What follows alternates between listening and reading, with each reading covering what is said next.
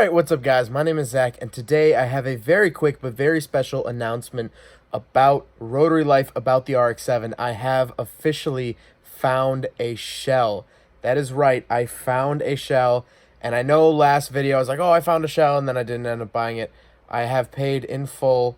It is not in the state, so I am currently organizing a transport to bring it from that said state up here.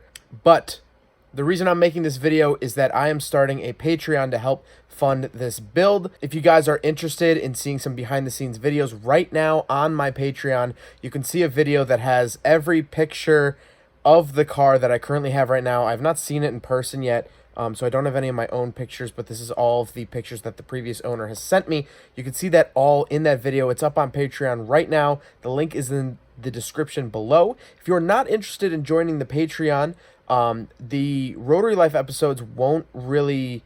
You're not going to be missing any big points. Obviously, Rotary Life is still going to premiere here on the channel, but I will be posting behind-the-scenes stuff. As soon as I get the car, I'm going to post pictures.